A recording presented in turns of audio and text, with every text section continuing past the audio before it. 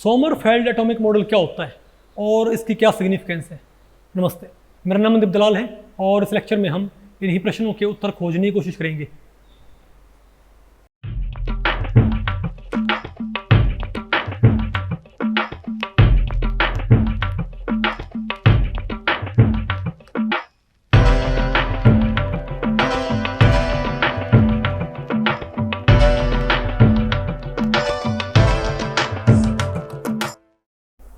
तो भाई आज हमें क्या पढ़ना है, सोमरफेल्ड एटॉमिक मॉडल।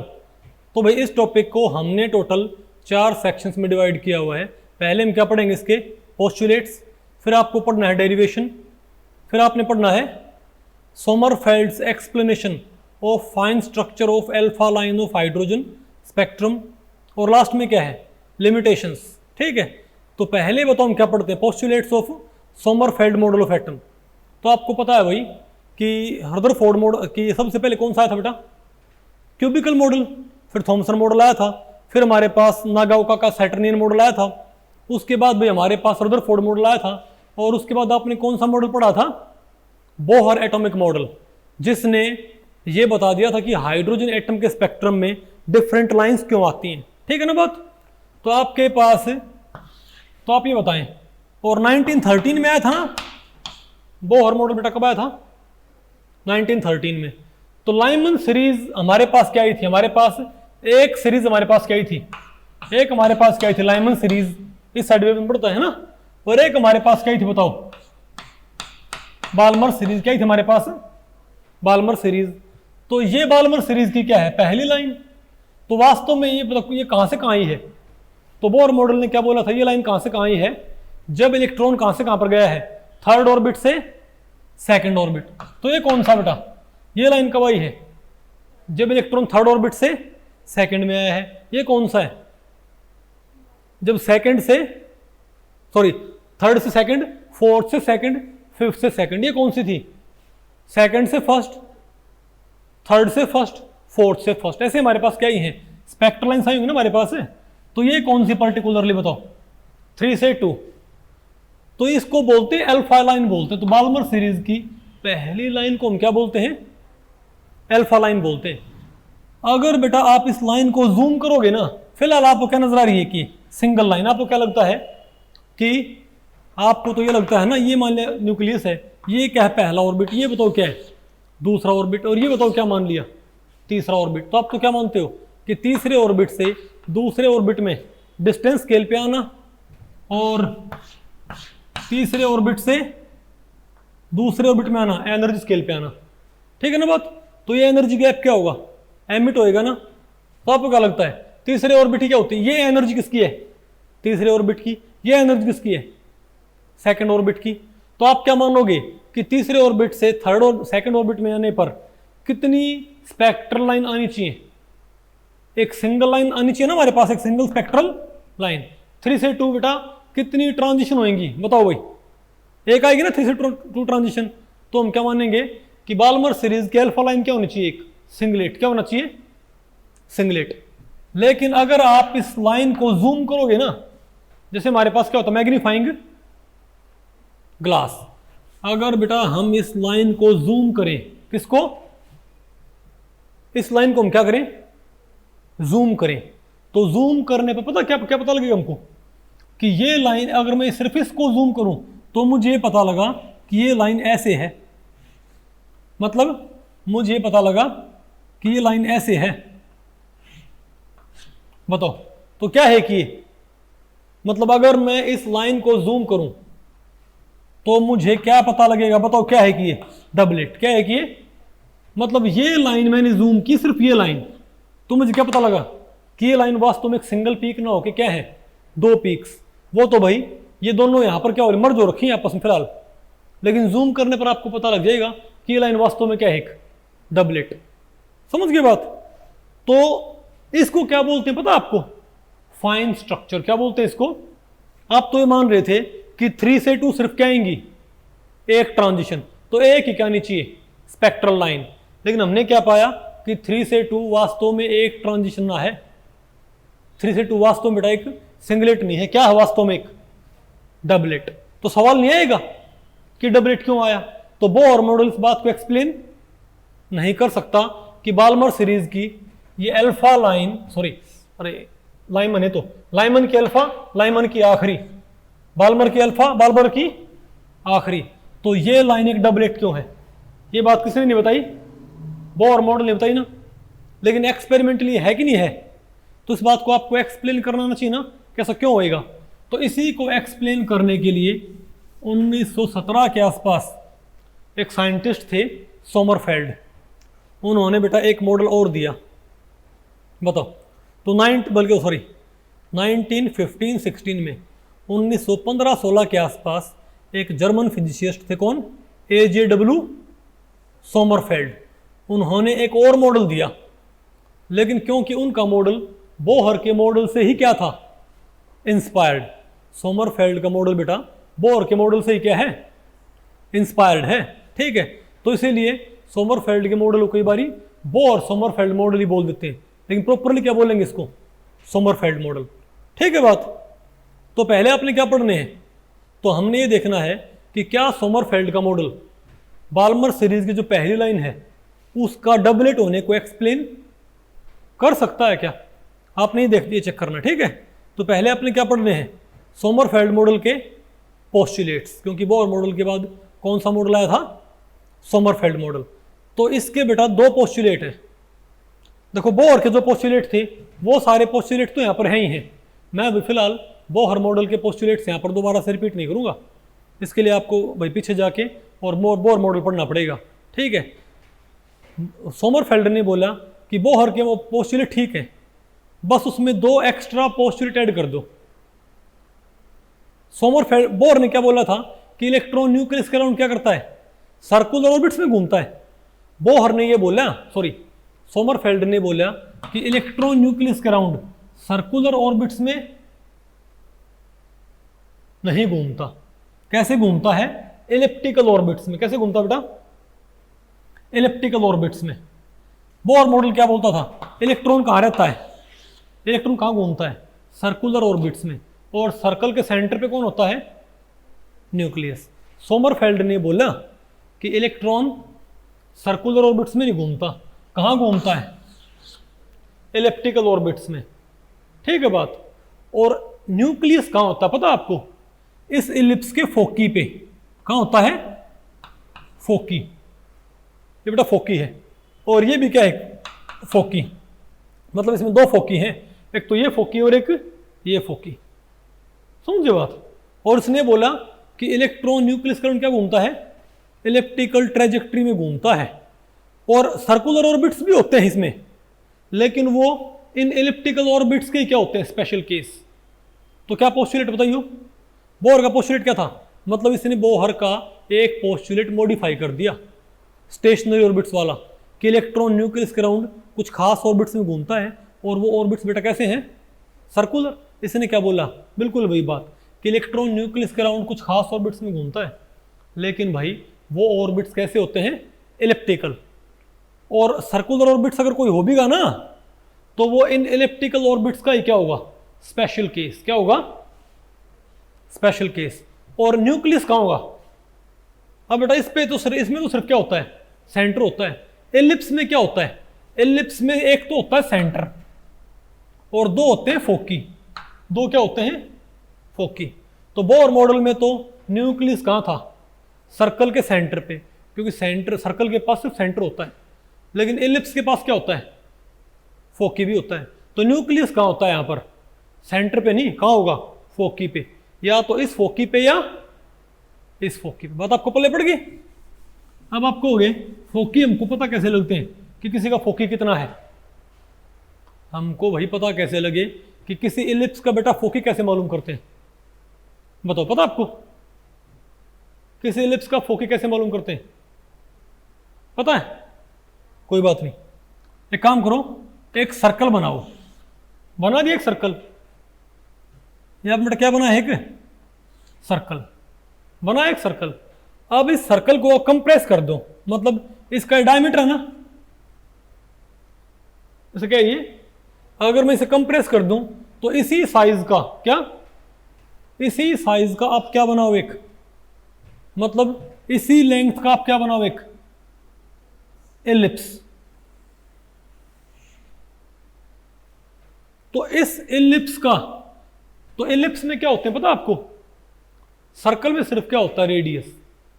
सर्कल में सिर्फ क्या होता है, रेडियस। लेकिन भाई एलिप्स में पता क्या होता है? एलिप्स में, एलिप्स में इसको बोलते हैं सेमी मेज, इसको बोलते हैं सेमी मेजर एक्सिस। क्या बोलते हैं इसको? सेमी मेजर एक्सिस, ठीक है। और इसको बोलते हैं बेटा सेमी माइनर एक्सिस भी। सर्कल में सिर्फ क्या होता है, रेडियस। पता हो ना आपको इस चीज का? तो मैं सिर्फ आपको एक बात बोल रहा हूं, कि ये मेरे पास एक एलिप्स है, इस एलिप्स का सेमी मेजर एक्सिस कौन सा है? सेमी मेजर बताओ क्या है इसका एक्सिस? ए। और सेमी मेजर से माइनर क्या है? बी। और इस सर्कल का रेडियस बेटा क्या है बताओ? आर। क्या है? तो मैं कहूंगा आपको कि ये ए आर के बराबर होना चाहिए। मतलब आप एक ऐसा सर्कल बनाओ, आप एक ऐसा, ये जो हमारे पास एलिप्स है ना, इसका जितना सेमी मेजर एक्सिस है भाई, इस सेमी मेजर एक्सिस के बराबर आप क्या लेके आर, और क्या बना दो, एक सर्कल। आप क्या बना दो, एक, मतलब आपने जो प्रकार है वो आपने इतना ओपन कर लिया, ठीक है बात इसका, ठीक है। और फिर क्या करना होता है, मतलब ये है एलिप्स का सेमी माइनर एक्सिस, ये है एलिप्स का सेमी मेजर एक्सिस। तो आप ए साइज का सर्कल बनाओ। क्या बनाओ भाई? ए साइज का, ए रेडियस का क्या बनाओ? सर्कल। लेकिन उस सर्कल का सेंटर कहां रखो? सेमी माइनर एक्सिस के एंड पे, या तो यहां या यहां। नहीं आपको समझ? मतलब यहां रखते हुए आपने बताओ क्या बनाना है, एक सर्कल। मतलब कुछ बात आपको पहले पड़ी? मतलब इस एलिप्स का तो सेमी मेजर एक्सिस कौन सा? ए।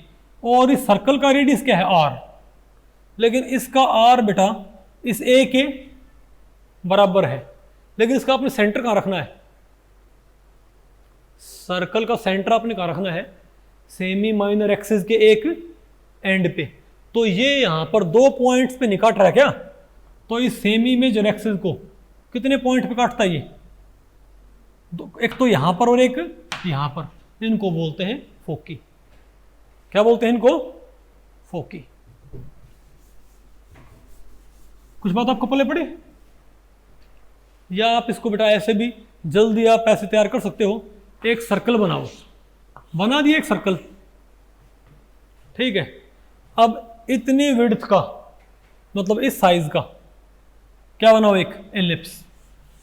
बना दिया एक एलिप्स।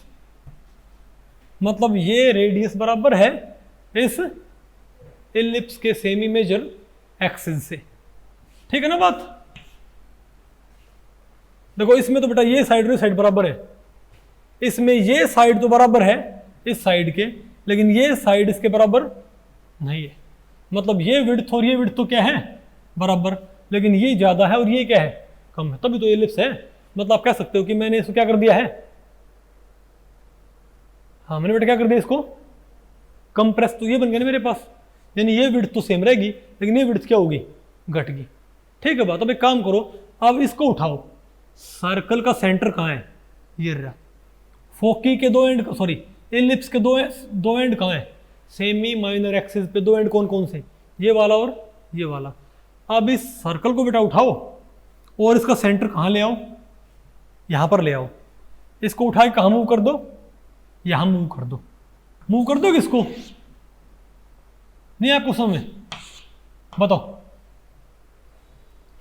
तो ये जो जिन पॉइंट्स पे काटता है ना, उसे हम क्या बोलते हैं? ध्यान से देखो। फिलहाल ये तो एक एलिप्स है और रेड वाला क्या है? एक सर्कल। अब बेटा जो रेड सर्कल है उसको ऊपर उठाओ। अभी तो दोनों का सेंटर क्या है? अभी तो भाई एलिप्स का और सर्कल का सेंटर क्या है? एक ही है ना। लेकिन सर्कल का सेंटर आपने कहाँ लेके जाना है, ऊपर की तरफ। तो क्या आपको ये नहीं मिल जाएगा? देखो ध्यान से देखो, एलिप्स के सेमी माइनर एक्सिस के एंड पे क्या रखो, सर्कल का सेंटर। तो 2 पॉइंट्स पे निकाटता है ये, तो सर्कल होगा जो ये बेटा इस ए को कितने पॉइंट्स पे काटता है बताओ? 2 पॉइंट्स पे। तो यहां काटता है, नहीं यार आपको ये, आपको टप्पले पड़ रहे हैं, शाबाश। तो एक तो हमारे पास ये आ गया और एक मेरे पास ये आ गया, तो आगे 2 फोकी आ गए। तो मेरे ख्याल से आपको फोकी पता करना आ गया, पक्का? ठीक है, शाबाश। तो एक तो भैया पोस्टुलेट है, ठीक है, और दूसरा पोस्टुलेट ये है, मतलब इसने एक तरह से आप कह सकते हो इसने बेटा जो बोहर का मॉडल था ना, उसके पोस्टुलेट रिफाइन कर दिए। एक तो कौन सा, सर्कुलर ऑर्बिट्स वाला, किसमें कन्वर्ट कर दिया उसको, एलिप्टिकल ऑर्बिट्स में, और न्यूक्लियस कहाँ रख दिया, फोकी पे। और दूसरा क्या था, उसमें एक पोस्टुलेट ये था कि इलेक्ट्रॉन जब घूमता है न्यूक्लियस के राउंड तो उसका मास क्या होता है, कांस्टेंट। बोला था मैंने, सोमरफेल्ड ने बोल दिया कि घूमते हुए इलेक्ट्रॉन का मास कांस्टेंट नहीं होता। क्या मतलब नहीं है आपको सुने? बोलो भाई, electrons velocity in different orbits is different, sorry, electrons velocity is different at different points in these elliptical orbits and hence it will cause a relativistic variation। तो क्या करेगी ये, इसके मास में एक रिलेटिविस्टिक वेरिएशन क्रिएट करेगी। आप इसको ऐसे मान सकते हो, मतलब दूसरा पॉसिबिलिटी ये कहता है कि ये जो एलिप्टिकल ऑर्बिट है ना, ये इसका प्रिसिशन होएगा। क्या होगा इसका, आप फर्ज करो कि ये हमारे पास एक गत्ते की डिस्क है। ये डिस्क कैसी बेटा, इलेप्टिकल। एक चींटी इसके ऊपर ऐसे दौड़ लगा रही है कॉर्नर पे, तो किससे मैच कर गया ये, सोमरफेल्ड मॉडल से मैच कर गया ना। अब एक काम करो, यहां पर इस एलिप्स का ये मानो फोकी है, ये क्या बताओ एलिप्स का फोकी। आप इसमें एक पेन डाल के और इसे घुमाओ, मतलब डिस्क ऐसे फिर घूमेगी नहीं है, जैसे आप नहीं बता आपको पहले पड़ी, मतलब इसमें एक पेन डाल के ऐसे घुमाओ तो चींटी तो घूमती रहेगी, लेकिन साथ में चींटी तो घूमती रहेगी लेकिन साथ में पूरी डिस्क भी क्या होगी।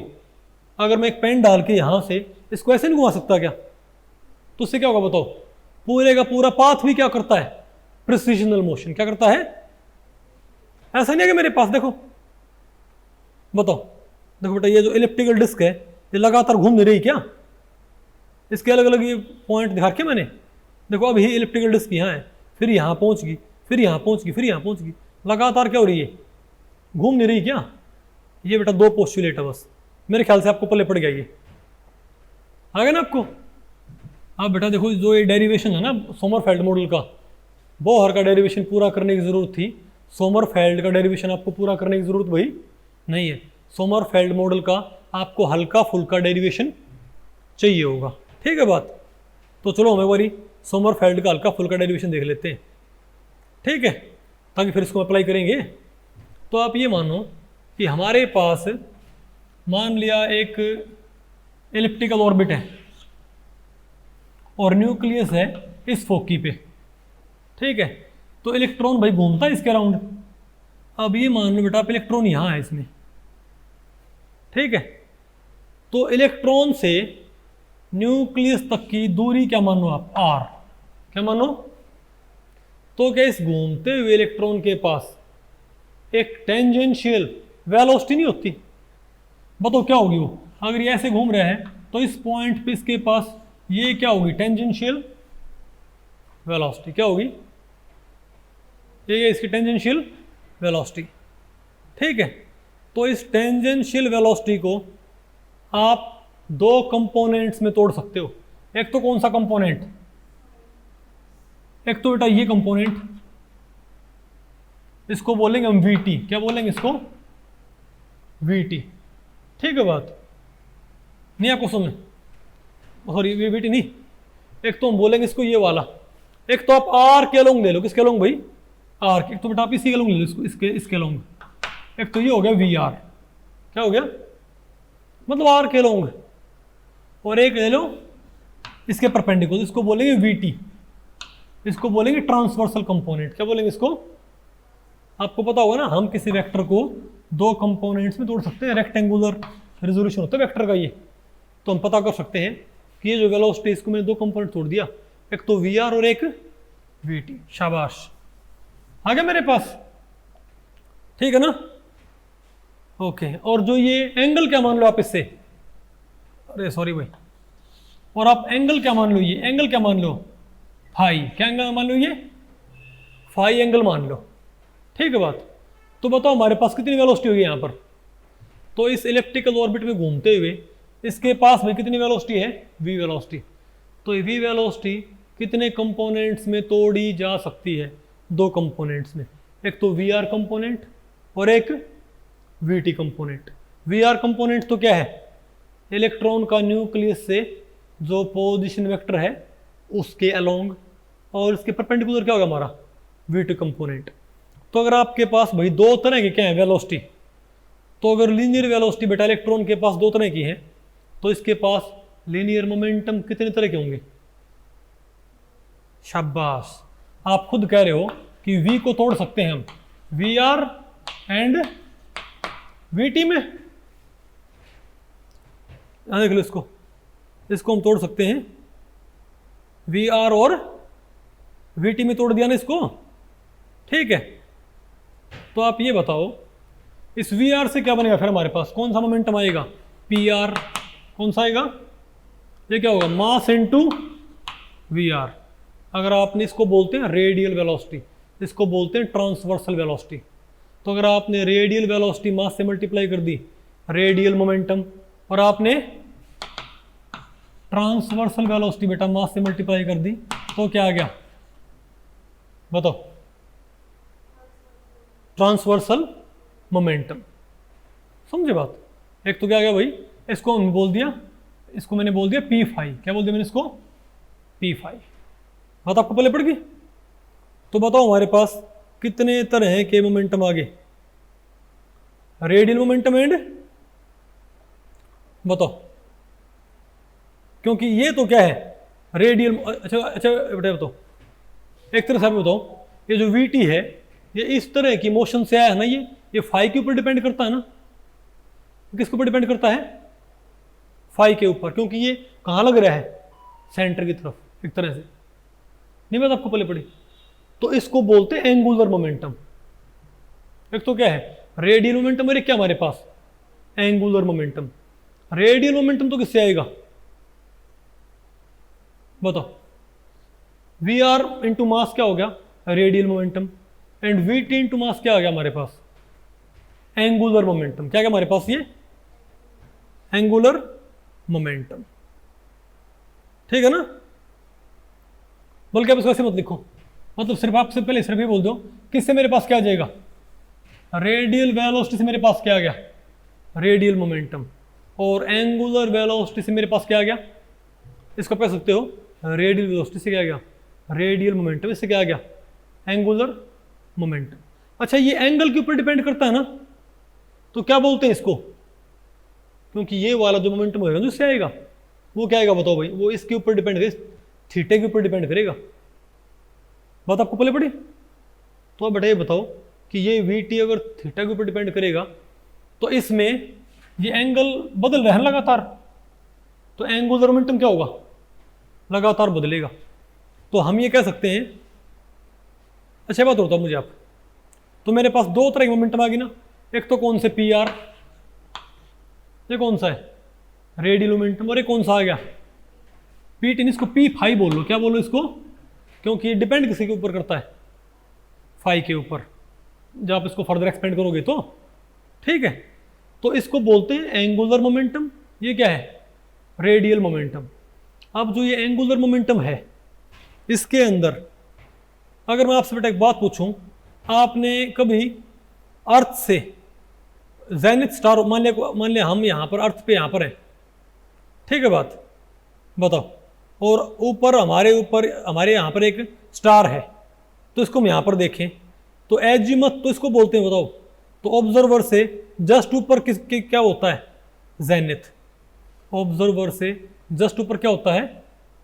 जेनिथ। इसको क्या बोलते हैं? Celestial meridian. इसे क्या बोलते हैं? होराइजन। ऑब्जर्वर यहाँ है, इसे क्या बोलते हैं? स्टार का एल्टीट्यूड। और ये बताओ क्या होता है? एजीमथ। तो सेलेस्टियल ऑब्जर्वेशन में जो एजीमथ होता है, क्या बताइए, जो ये एंगल के ऊपर डिपेंड नहीं करता क्या?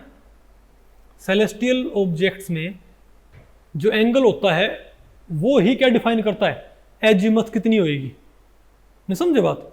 इसीलिए हम इसको एजीमुथल मोमेंटम बोल सकते हैं। क्या इसको हम क्या बोलेंगे? रेडियल वेलोसिटी से क्या आएगा? Radial motion momentum. और एंगुलर वेलोसिटी से क्या आएगा मेरे पास? Angular momentum. नहीं बात आपको पहले पड़ी। लेकिन बेटा ये जो दूसरा वेलोसिटी है, इसकी वजह से आने वाला मोमेंटम इस फाई के ऊपर डिपेंड कर रहा होगा ना, और इसमें एंगल बदलता है। तो सेलेस्टियल मोशन में एजीमथ भी कैसे बदलती है? एंगल से बदलती होगी ना। यहां पर ये एंगुलर मोमेंटम किसके ऊपर डिपेंड करता है? इस एंगल के ऊपर। और सेलेस्टियल ऑब्जर्वेशन में एजीमथ भी किसके ऊपर डिपेंड करती है? एंगल पे। तो इसे मैं एंगुलर मोमेंटम बोल सकता हूं और इसको एजीमुथल मोमेंटम भी बोल सकता हूं। बात आपको पहले पड़ गई? ठीक है, शाबाश। ओके, बहुत अच्छे। अब आप ये बताओ, जब ये इलेक्ट्रॉन यहां पर ऐसे घूमेगा तो क्या ये एक पीरियोडिक मोशन नहीं है क्या? है ना ये। तो अब आपने बेटा एक चीज आपने याद करनी पड़ेगी, ये मैथ से आती है। क्या आती है? मैथ से। पीरियोडिक मोशन के लिए एक क्वांटम कंडीशन होती है। क्या होती है? पीरियोडिक मोशन में मोमेंटम इनटू, पीरियोडिक मोशन में क्या होता है? Momentum into D Q Y. Q Y क्या है? वो वेरिएबल जिसके ऊपर मोमेंटम डिपेंड करता है। ये होता है NIH। मैथ में बेटा एक कॉन्सेप्ट होता है, बताओ क्या, कि PI क्या और DQI इज इक्वल टू क्या होता है बताओ? NIH। मतलब कोई भी मोमेंटम का टोटल इंटीग्रल किसके बराबर होएगा? NIH, जहां पर H क्या होता है? Planck's constant. और NI क्या होता है? कोई डिस्क्रीट वेरिएबल जिसकी वैल्यू क्या हो सकती है? 1 2 3 4 5। ये बेटा को ये कंडीशन मैथ से आती है। किससे आती है? मैथ से। कुछ आपको पहले पढ़ रहा है? ठीक है। तो इसके बेसिस पे मुझे आप ये बताओ, आप एक बार ये बताओ, आप PR किसके ऊपर डिपेंड करता बताओ? तो बताओ, अब तो बेटा जो PR है, टोटल रेडियल मोमेंटम हम कैसे निकालेंगे बताओ? ये जो क्वांटम कंडीशन थी ना, अब दोनों पे लगाओ, इस पे भी और इस पे भी। तो हम क्या बोलेंगे बताइए? PR into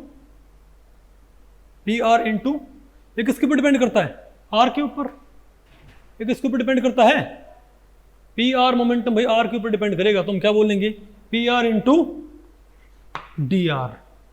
PR into DR नहीं है आपको? इज इक्वल टू क्या हो जाएगा? एक क्वांटम नंबर कौन सा? NRH।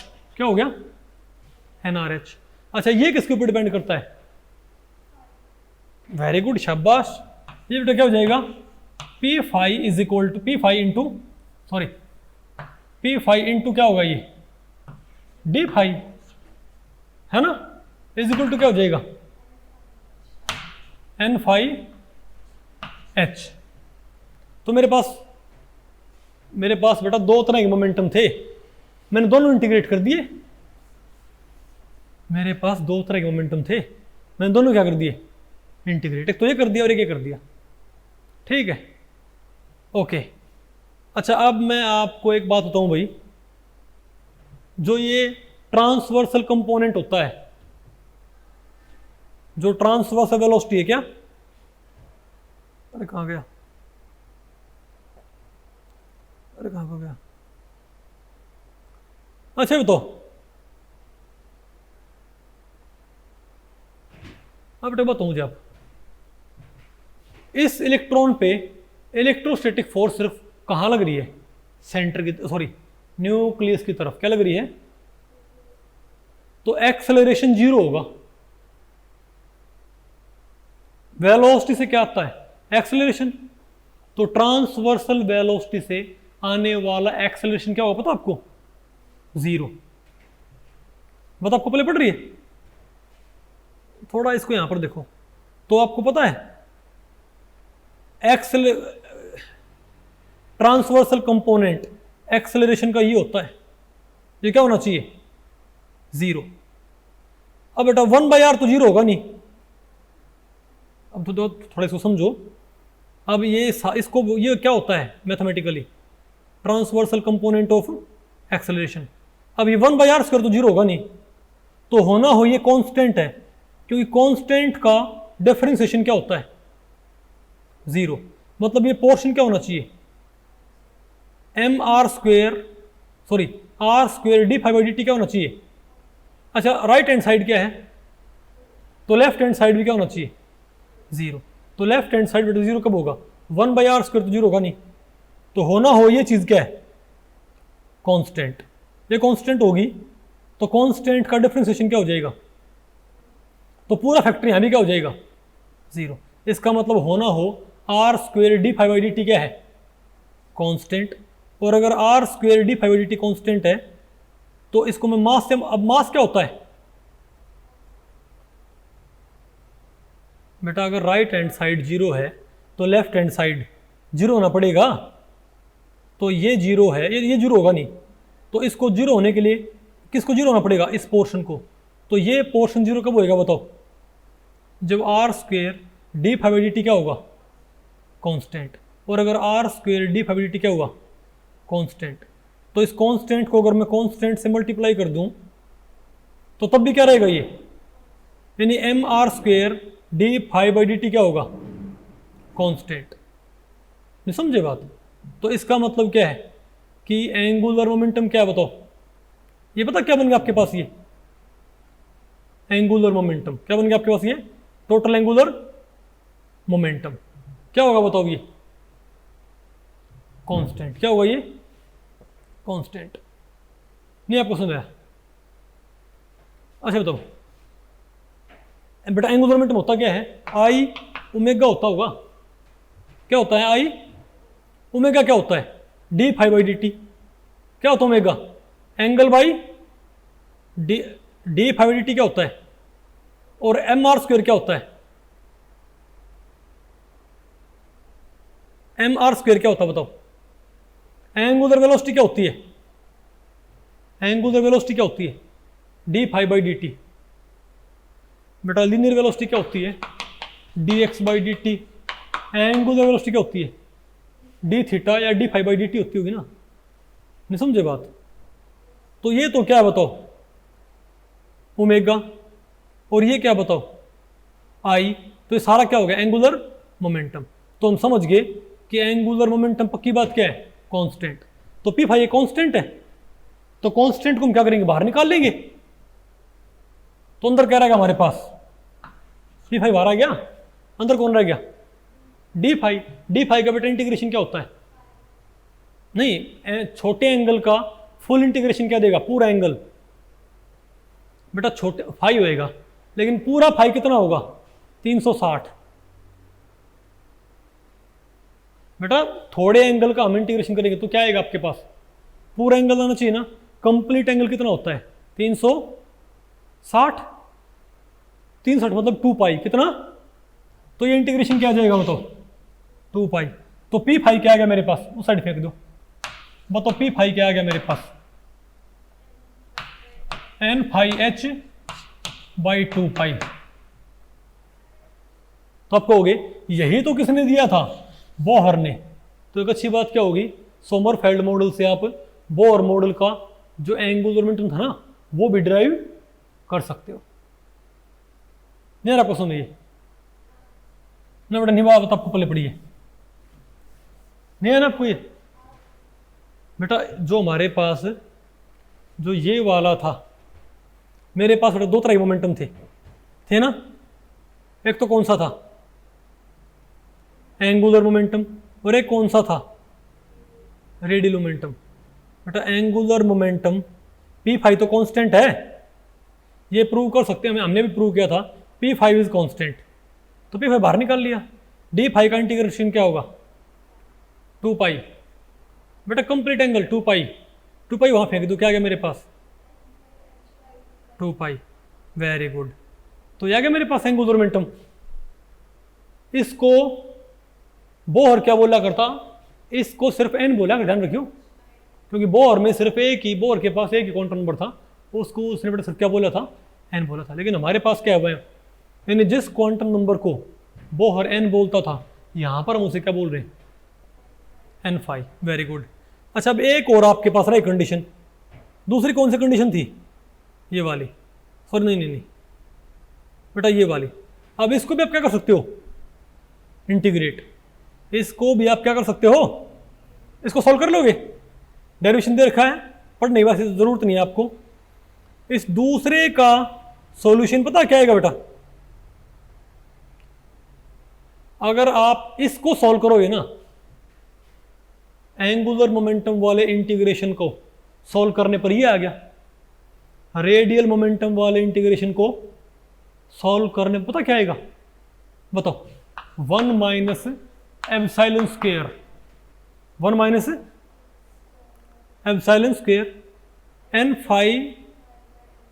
Five square by N square, बस याद कर लिया, N five square by N square, ये आएगा बेटा। इलेप्टिकल ऑर्बिट में घूमते हुए इलेक्ट्रॉन के पास भाई दो तरह के मोमेंटम होंगे, radial momentum, angular momentum. Radial momentum को सॉल्व किया, उससे ये आया, एंगुलर मोमेंटम सॉल्व किया, वो ये आ गया। एंगुलर मोमेंटम तो वही आया है जो किसने दिया था, बोहर ने, NH/2 पाई। लेकिन यहाँ पर रेडियल मोमेंटम क्या है मेरे पास, ये वाला फॉर्मूला। अच्छा अब यहाँ पर एन फाइव तो बताओ क्या है, अब यहाँ आपको ये है क्या, एन फाइव तो वही जो यहाँ पर था, लेकिन जो ये एन है ना, ये पता क्या है, एन जो क्वांटम नंबर ये क्या है, ये है एन आर, ये दो क्वांटम नंबर सम है, N R plus N five. N क्या बताओ बताओ बेटा, N R plus N five. और ये एप्सिलॉन क्या है, एक्सेंट्रिसिटी। क्या है ये, एक्सेंट्रिसिटी क्या होती है बताओ, deviation from sphere, sorry circle. किसी सर्कल को जितना आप क्या बनाओगे, एलिप्स, उतनी ज्यादा क्या होगी एप्सिलॉन। तो एप्सिलॉन क्या होती है, क्या बोलते हैं इसको, एक्सेंट्रिसिटी। मतलब इसको एलिप्स बनाना, मतलब अगर आपने से क्या कर दिया, अभी इसकी एप्सिलॉन क्या बताओ, सर्कल की एप्सिलॉन क्या होती है, 0। इसके पास एप्सिलॉन कब आएगी, जब इसे हम क्या बना देंगे, कंप्रेस करके एलिप्स। आ गया ना आपको, ठीक है, शाबाश। अच्छा अब आप मुझे बताओ, तो ये किस क्वांटम कंडीशन से आया है, रेडियल मोमेंटम वाली से, ये किससे आया था, एंगुलर मोमेंटम वाली से। लेकिन मैथ्स में अगर भाई आप अगर आप किसी मैथमेटिशियन से पूछोगे ना, अगर आप किसी मैथमेटिशियन से ये पूछोगे कि एलिप्स में जब ये तो ए और ये क्या हो बी, तो 1 माइनस एप्सिलॉन स्क्वायर मैथ में क्या होता है। अगर आप किसी मैथमेटिशियन से ये पूछोगे कि 1 माइनस एप्सिलॉन स्क्वायर क्या होता है मैथ्स के अंदर, बताओ क्या बोलेगा वो, बताओ, वो बोलेगा B square by A square, वो ये बोलेगा। यानी कि 1 माइनस एक्सेंट्रिसिटी का स्क्वायर मैथमेटिकली ये प्रूव कर सकते हैं हम, मैथ्स में दिया होता है, आपने पढ़ने की जरूरत नहीं है, लेकिन भाई इसका स्क्वायर बाई इसको सेमी मेजर एक्सिस का square divided by semi minor axis square. तो ये कहां से आया हमारे पास, रेडियल मोमेंटम को सॉल्व करने पर, ये कहां से आया बेटा, रेडियल मोमेंटम सॉल्व करने पर। और ये कहां से आया, मैथ से। तो ये भी 1 माइनस एप्सिलॉन स्क्वायर और ये भी 1 माइनस, इसका मतलब हम दोनों को इक्वल पुट कर सकते हैं, नहीं आपको। तो बताओ क्या आ गया मेरे पास, तो मेरे पास B square by N square क्या आ गया, N five square by N square. तो मेरे पास बी बाई ए क्या आ गया बताओ, शाबाश। तो मेरे पास बी बाई ए क्या आ गया, एन फाइव बाई एन आ गया ना। अच्छा अब यहां से दो बातें प्रूव होगी, तो आपने आ गया ना ये, ठीक है। अब बेटा आपने बोहर मॉडल तैयार कर, अब आपने सोमरफेल्ड मॉडल तैयार करना है एटम का, ठीक है। इसको मिटा दें। अब तीन बात है, एंगुलर मोमेंटम तो क्या है, हाँ बेटा तबीयत खराब, अब क्या तबीयत खराब है, ये एंगुलर मोमेंटम आ गया, ये क्या आ गया मेरे पास, ये तो आ गया एंगुलर मोमेंटम। और ये किससे आया है, रेडियल मोमेंटम वाली कंडीशन सॉल्व करने पर आया है, जहां पर एन क्या है, N R plus N five. Very good. अब मैं आपसे एक बात पूछूं कि अगर एन फाइव और एन की सारी वैल्यू अलाउड नहीं है तो बी बाई ए के रेशियो भी क्या है, फिक्स्ड। मतलब अगर एन फाइव और एन क्या है, क्वांटाइज्ड, तो एक्सेंट्रिसिटी भी क्या है, क्वांटाइज्ड। इसका मतलब ये है कि हम सर्कल से हमने क्या बनाने हैं, एलिप्स, लेकिन हम किसी भी एक्सेंट्रिसिटी का एलिप्स तैयार नहीं कर सकते, हमने कुछ खास एक्सेंट्रिसिटीज तैयार करनी पड़ेंगी, ठीक है। अब चलो बनाओ इसको, बताओ। तो आपने क्या करना है, एन क्या होना चाहिए बताओ, N R plus N five. तो सबसे पहले भाई मैं कहता हूं एन की वैल्यू पहली एक होती है। यहां भाई मैं लिखता हूं एन की वैल्यू, यहां मैं लिखता हूं एन की वैल्यू, यहां मैं लिखता हूं, चलो पहले भाई हम क्या बोल देते हैं, एन फाइव और एन आर।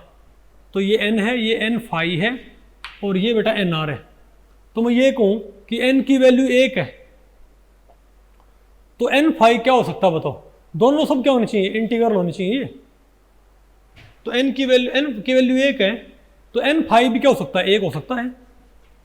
तो एन आर अपने आप क्या होना पड़ेगा, जीरो। Very good. और अगर एन की वैल्यू एक हो और एन फाइव क्या हो सकता है, क्योंकि बेटा अगर ये 1 प्लस 0 1 होता है, और 0 प्लस 1 भी क्या होता है, 1 होता है। लेकिन मैं कहूंगा तो काम करो, आप पहले आप एक बार इससे बनाओ ऑर्बिट, आप इससे सोमरफेल्ड ऑर्बिट बनाओ। कैसे बनाओगे, कैसे बनता है, बी बाई ए क्या होता है, what is B by A बताओ, N five by N. N five कितना है, एन कितना है, 1। तो क्या गया मेरे पास, तो b by A is equal to 1 by 1। तो b is equal to A. तो इससे बेटा कैसा ऑर्बिट बन गया, इससे कैसा ऑर्बिट बन गया, सर्कल। Very good. यानी कि भाई एक तो क्या बन गया मेरे पास, सर्कल। आपको तो बोर नहीं बनाया था, बोर ने क्या बोला था कि n बराबर 1 से क्या बनेगा, सर्कुलर ऑर्बिट। इसने भी क्या बनाया, n बराबर 1 से सर्कुलर ऑर्बिट। लेकिन अब बताओ दूसरा सेट कौन सा हमारे पास, 0 1 है ना। तो इसमें एन फाइव कितना बताओ, तो बी बाई ए 0 बटे 1, तो बी बटा ए क्या आएगा, 0 बटे 1 आएगा ना। इसका मतलब क्या है कि ए अगर 1 है तो बी कितना होना पड़ेगा, 0। शाबाश। यानी बी बेटा क्या होना चाहिए, 0। यानी ए क्या हो, 1, तो बी क्या क्या होगी। और ये सिर्फ कब पॉसिबल है, आप बताओ, अगर मैं एक एलिप्स लूं, सॉरी मैं एक बेटा सर्कल लूं, उसमें ए और बी क्या है, बराबर। अगर मैं एक सर्कल ले तो उसमें ए और बी क्या है, बराबर। अब उस सर्कल को मैं कंप्रेस करूं तो भी घटेगा ना, तो भी घटता घटता 0 कब होएगा, जब मैं उस सर्कल को पूरी तरह प्रेस करके उस सर्कुलर वायर को मैं क्या बना दूं, एक देखो एक स्ट्रेट लाइन। इसका मतलब क्या हुआ, इसका मतलब ये हुआ कि ये एक ऑर्बिट तो क्या होगा सर्कुलर, दूसरा क्या होगा एक स्ट्रेट लाइन। इसका मतलब क्या है कि पहले ऑर्बिट में इलेक्ट्रॉन तो घूम जाएगा, ठीक है भाई, अराउंड द न्यूक्लियस, लेकिन दूसरे इस ऑर्बिट का मतलब क्या हुआ, इसका मतलब क्या हुआ कि यहां कौन है, न्यूक्लियस, और इलेक्ट्रॉन क्या कर रहा है, ऑसिलेट, घूम नहीं रहा, क्या कर रहा है, और किसके थ्रू पार हो रहा है, न्यूक्लियस। तो ये बात फिजिकली समझ में, ये बेटा फिजिकल जो भी क्या बोलते हैं, ये फिजिकली पॉसिबल नहीं लगती ना हमको कि इलेक्ट्रॉन न्यूक्लियस से पार होकर ऐसे ऑसिलेट करे।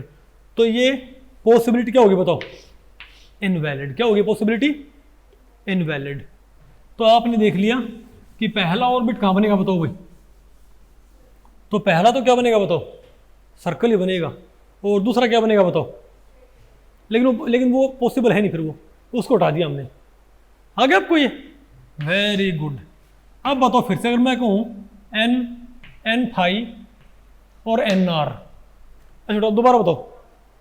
अब मैं ये कहूँ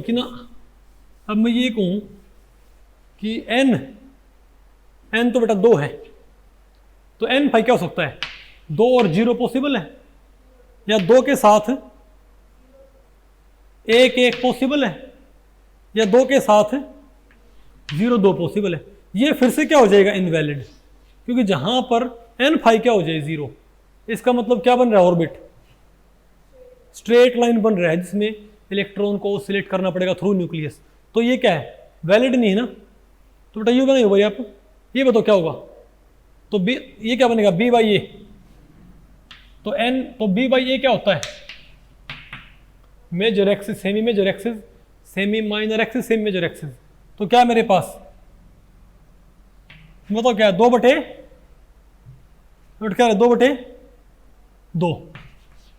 आ गया ना। इसका मतलब क्या? दोनों क्या होंगे? ये भी क्या बनेगा? सर्कल। ठीक, ये भी क्या बनेगा? सर्कल। आ गया ना हमारे पास। इसको पता क्या इसको बोलते हैं? 2-2। क्या बोलते हैं ऑर्बिट को? इससे पहले मैंने क्या बना था? 1-1। उसे क्या बोलेंगे? 1-1। इसे क्या बोलेंगे? 2-2। मतलब कैसे लिखते हैं इस ऑर्बिट को? इनका से लिखते हैं कि एन फाई, ऐसे लिखते हैं एन फाई में एन 2 है, एन फाई भी 2 है, तो 2-2 है ऑर्बिट। आ गया आपको ये? अच्छा ये क्या होगा अब? N phi by A, N phi 1 और एन कितना है? 2। तो ये बेटा बताओ क्या हो जाएगा हमारे पास? तो बी बाई ए क्या आ गया मेरे पास? एन फाई कितना है? 1/2। तो बी कितना है बताइयो? बेटा बी कितना आया? a/2। बी कितना आ गया मेरे पास? यानी जो ए बी है ना, वो ए का क्या होगा? हाफ होगा। तो आप ये वाला आप कैसे बनाओगे ऑर्बिट बताओ? कि हमने क्या लिया? एक सर्कल लिया, इसको क्या करो? आधा क्या कर दो इसको? इसे आधा क्या कर दो? कंप्रेस। ताकि ये तो ए और ये बी क्या है इसका? Exactly half. आ गया आपको समझ में? तो क्या हमारे पास ये, इसको हम क्या बोलेंगे? 2-1 ऑर्बिट। क्या बोलेंगे इसको? 2-1 ऑर्बिट। नहीं आपको बताओ? ठीक है ना। अब आप मुझे बताओगे तीसरा वैलिड सेट। अब बताओ बाकी आउट कैसे बनेगा हमारे पास? अब अगर एन क्या हो हमारे पास? 3। Very good. तो 3 3 0 3 और ये क्या हो? 2-1 और 3 1-2 और 1-3 क्या हो? 0-3। ये तो बेटा क्या हो गया? इनवैलिड। क्योंकि इसका मतलब क्या होगा? Straight line. इसमें बताओ क्या होगा? इसमें एन फाई एन क्या है? बराबर है, तो सर्कल। इसमें क्या होगा? एन फाई बाई एन का रेशियो क्या है? 2/3। 2 तो बी भी क्या होगा? ए का 2/3। नहीं आपको समझ में? और यहां बताओ क्या बेटा? एन फाई बाई एन का रेशियो क्या है? यानी बी क्या हुआ यहां पर? 1/3। यानी आपने क्या करना है? आपने क्या बनाने हैं? 3 सर्कल। आपने क्या बनाने हैं? 3 सर्कल। पहला सर्कल ऐसा ही रखो, दूसरे को 2/3 कंप्रेस कर दो, तीसरे को 1/3 कंप्रेस कर दो। नहीं मतलब आपको पहले पड़ी? ये तीनों क्या बन गए मेरे पास? ऑर्बिट्स। इसे क्या बोले? फिर इसे क्या बोलेंगे बताओ? तो इसको हम क्या बोलेंगे बताओ?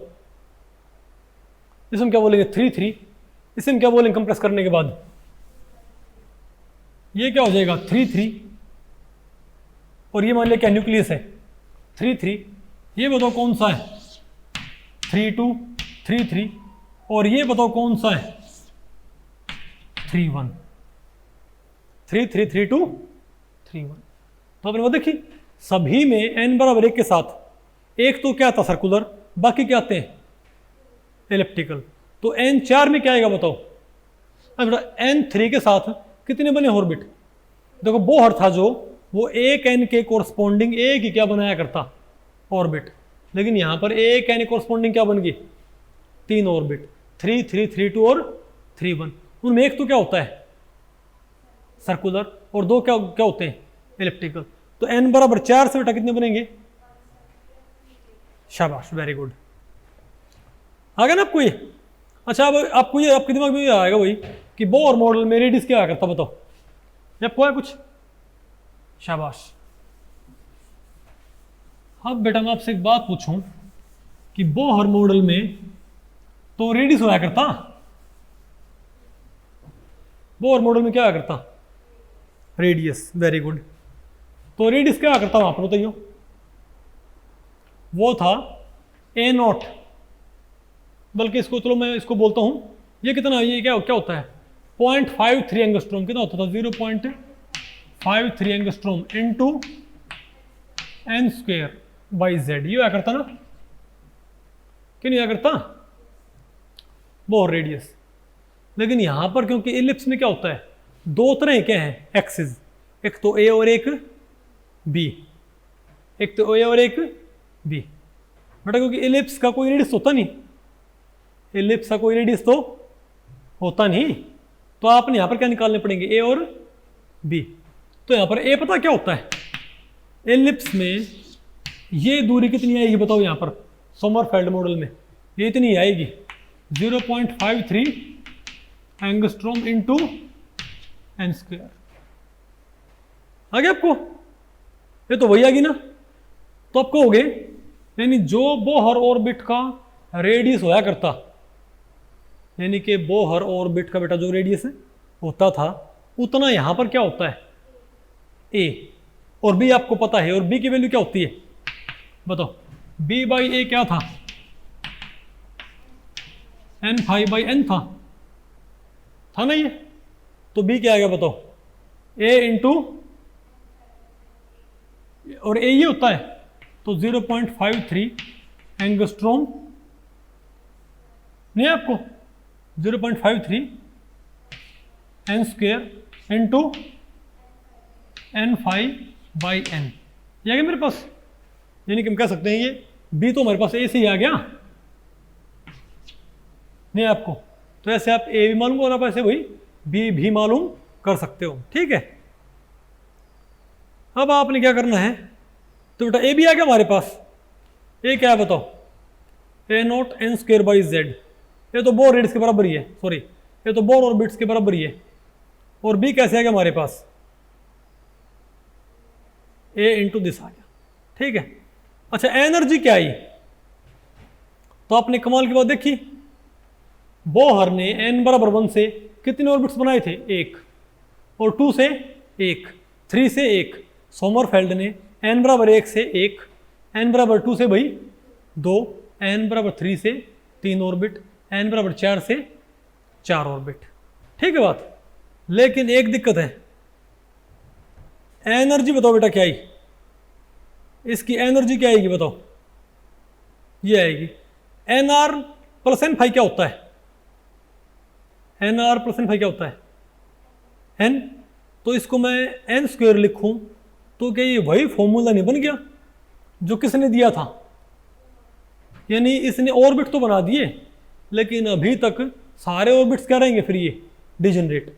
अभी आपने n बराबर 3 से कितने ऑर्बिट्स बनाए हैं, 3, कौन कौन से 3 3 3 2 और 3 1, लेकिन तीनों की एनर्जी क्या आएगी बेटा सेम, नहीं बात आपको पहले पड़ी, n बराबर 2 से आपने क्या बनाए 2, लेकिन दोनों की एनर्जी क्या आएगी सेम आएगी, दिक्कत होगी ना फिर तो ये, बोलो भाई। अच्छा काम करो, अब मैं आपसे एक बात पूछूं कि आप ये बताओ एक बार आप बोहर एटम ड्रॉ करके दिखाओ, क्या एक बार बेटा बोहर एटम ड्रॉ करो, पहले आप एक काम करो, n बराबर 3 के साथ बोहर एटम हम कैसे ड्रॉ करते थे, ये क्या है न्यूक्लियस, ये क्या भाई, न्यूक्लियस। ये क्या है, पहला ऑर्बिट। ये क्या है, दूसरा ऑर्बिट। और ये क्या बताओ, तीसरा ऑर्बिट। यही था ना।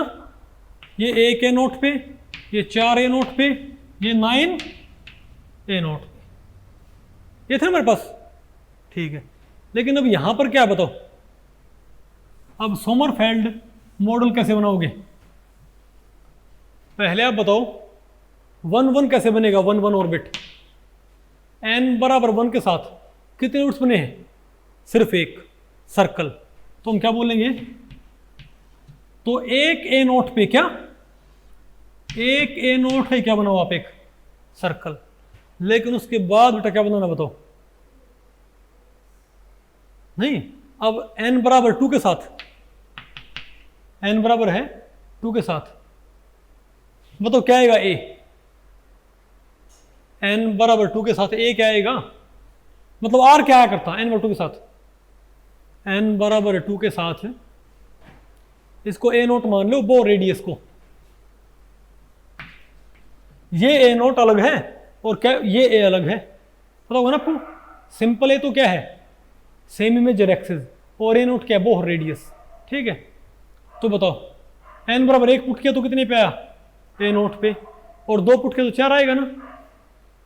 यानी सेकंड बोर ऑर्बिट क्या बना करता, 4 a नोट पे। यहां पर क्या होगा, 2 2 तो क्या बनेगा, 4 a नोट पे क्या बनेगा, 4 a नोट पे, 1 2 3 4, 2 1 सॉरी 2 2, और 2 1 क्या बनेगा। यानी आपने क्या करना है, n बराबर 1 से बेटा क्या बनेगा, एक ऑर्बिट, एक ए नोट का। n बराबर 2 से क्या बनेंगे, 2 ऑर्बिट, एक सर्कल और एक एलिप्स। कैसे बनाओगे, n बराबर 2 से दूरी क्या बनानी है, 4 ए नोट।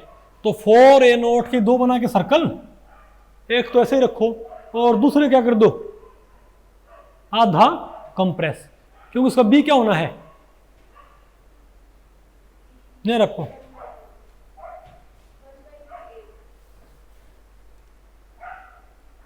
बेटा 1 1 का तो रेडियस क्या होगा यहां पर, एक ए नोट आएगा ना। 1 1 का यहां पर ए भी क्या होगा, एक ए नोट, और बी भी क्या होगा, एक ए नोट। लेकिन 2 1 का, 2 1 का बताओ ए क्या होगा, नहीं 2 2 का ए और बी क्या होंगे बताओ, 2 2 के बराबर होंगे, कितने होंगे, 4 ए नोट। लेकिन 2 1 का बी क्या होगा बताओ, ए बाई 2 होगा, नहीं आपको सुन। तो n बराबर 2 से आप क्या बनाओ, 4 ए नोट के आप क्या बनाओ, 2 सर्कल, और दूसरे को आधा कंप्रेस कर दो, नहीं आपको बेटा ये नहीं बन जाएगा हमारे पास, देखो बताओ,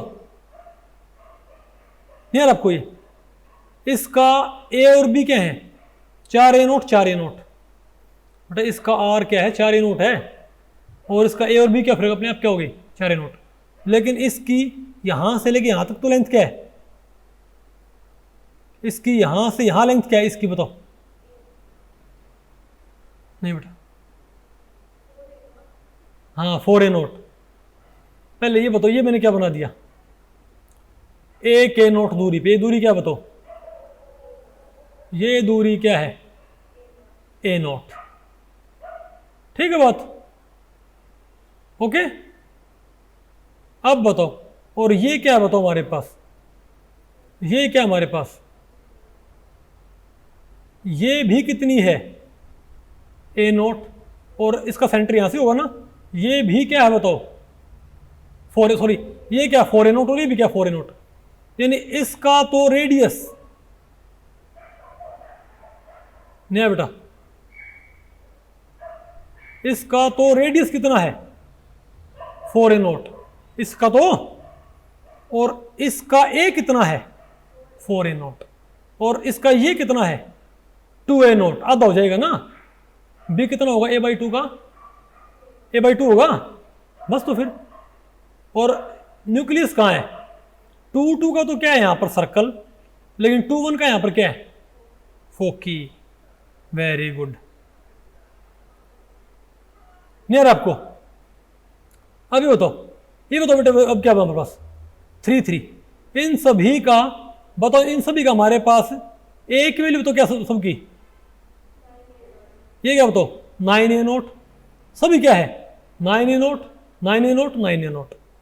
लेकिन ध्यान से देखो 3 2 और 3 1 का तो क्या है फोकी है, और ये क्या इसका, नहीं आ रहा आपको।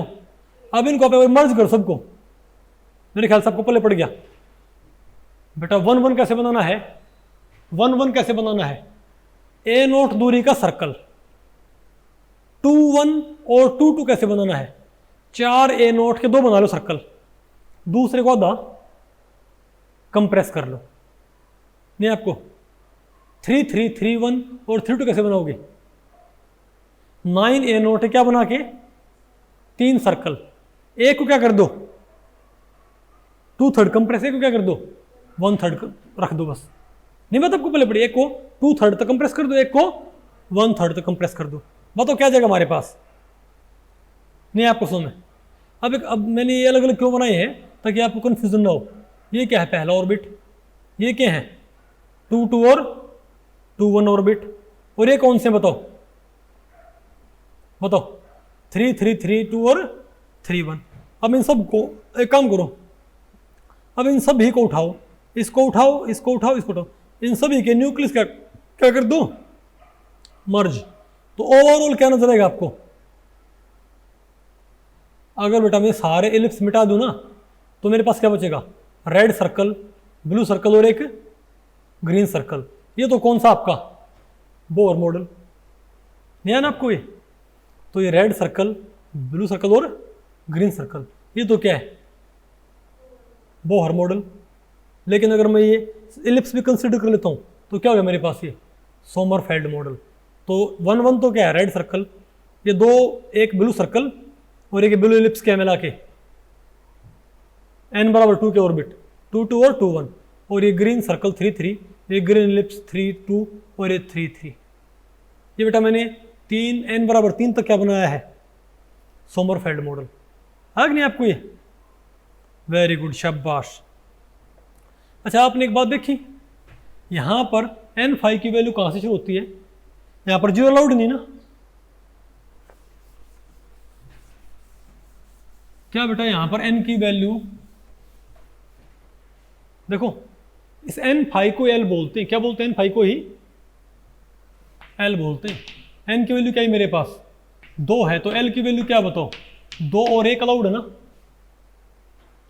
क्योंकि आगे जाके ये जो l फाई जो n फाई है ना, ये क्या हमारे पास angular momentum quantum number, wave mechanical model of atom में इसी का नाम क्या हो जाएगा l हो जाएगा। बात आपको पहले पड़ी, तो यहां पर ध्यान रखियो क्वांटम नंबर यहां पर l क्या होता है बराबर से शुरू होता है और 0 यहां पर अलाउड नहीं है। आपने पढ़ा होगा ना n बराबर 2 हो तो l क्या होता है अलाउड 1 या 0 बोलते हैं ना भाई n बराबर 2 l क्या होता है। ध्यान रखिए ये वेव मैकेनिकल मॉडल क्या है क्वांटम नंबर, सोमरफेल्ड मॉडल में ये अलाउड नहीं है, बल्कि कौन अलाउड है 2 1। आ गया आपको। तो फिलहाल आपने अच्छा मेरे को n की वैल्यू 4 है, l क्या क्या होंगे बताओ, मेरे को n की वैल्यू 4 है तो n फाई क्या क्या होंगे 4 3 2 1। इसमें 4 4 तो क्या होगा सर्कुलर, लेकिन 4 3 4 2 और 4 1 क्या होंगे एलिप्टिकल ऑर्बिट्स, इजंट इट। ठीक है शाबाश ओके। तो बेटा अच्छा मैं आपको बताऊं, अब इससे पता क्या लगता है एंगुलर मोमेंटम, इससे क्या पता लगता है। तो आपने ये तो बता दिया कि इस घूमते हुए इलेक्ट्रॉन के पास क्या आएगा बताओ एंगुलर मोमेंटम होएगा ना, नहीं बात आपको पहले पड़ी। और पता है वो एंगुलर मोमेंटम कितना होगा बताओ, आपको n फाई पता करना आ गया। अब बेटे बताओ क्या आपको n फाई पता करना है, कितना होता है n फाई, n की वैल्यू 1 है तो n फाई की वैल्यू क्या होगी, सॉरी n की वैल्यू 1 है तो n फाई की वैल्यू क्या होगी, और nr की वैल्यू क्या होगी 0। ठीक है तो मैं आपसे बेटा एक बात पूछूं, ये बताओ इस इलेक्ट्रॉन के पास कितना एंगुलर मोमेंटम होएगा? एन फाई कितना इसका? 1। Very good. क्या था? एन फाई एच अपॉन 2 पाई था ना। अब अगर मैं एच अपॉन 2 पाई क्या मान लूँ? कौन सी यूनिट मान लूँ? क्या मान लूँ? यूनिट। तो 1 से कितना आ गया मेरे पास? 1 यूनिट। मेरे पास क्या आ गया? मेरे पास 1 यूनिट क्या आ गया? एंगुलर मोमेंटम आ गया ना। नहीं बात आपको पहले पड़े, ठीक है। तो हम क्या बोलेंगे कि हमारे पास क्या आ गया? 1 यूनिट एंगुलर मोमेंटम। लेकिन अब बेटा बात ये होती है, ये जो एंगुलर मोमेंटम है इसको हम टिल्ट कर सकते हैं क्या?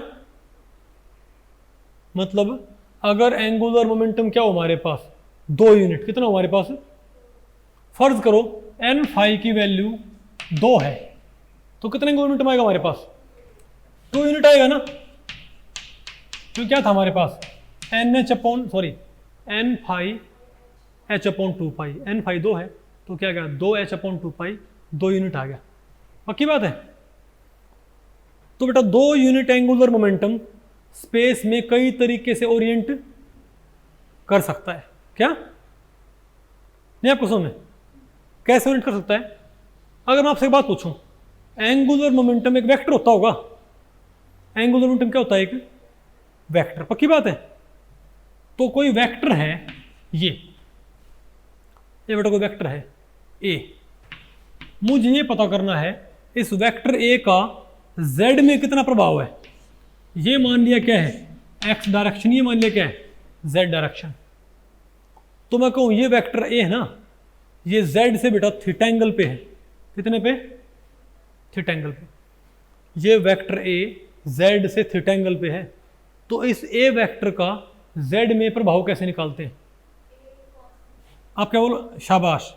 इस वेक्टर को आप 2 फैक्टर में तोड़ दोगे। ऐसे पता होगा ना आपको। रेक्टेंगल तो कंपोनेंट ये क्या हो गया? ए जेड। ये हाइट क्या है? ए जेड। और ये लेंथ क्या है? ए एक्स। तो इस ट्राइंगल में ए जेड, इस ट्राइंगल में ए जेड बाई ए क्या होगा बताओ? ए जेड बाई ए क्या होगा बेटा? Cos theta. क्या होगा? कॉस थीटा आएगा ना। नहीं आपको सुन, ठीक है। तो ए जेड क्या आ गया बताओ मेरे पास? ए कॉस थीटा आ गया ना। ए कॉस, यानी अगर आपने किसी वेक्टर का किसी दिशा में प्रभाव निकालना है, अगर आपने किसी वेक्टर का किसी डायरेक्शन में इफेक्ट निकालना है, तो भैया देखो कि वो वेक्टर उस डायरेक्शन से कितने एंगल पे है।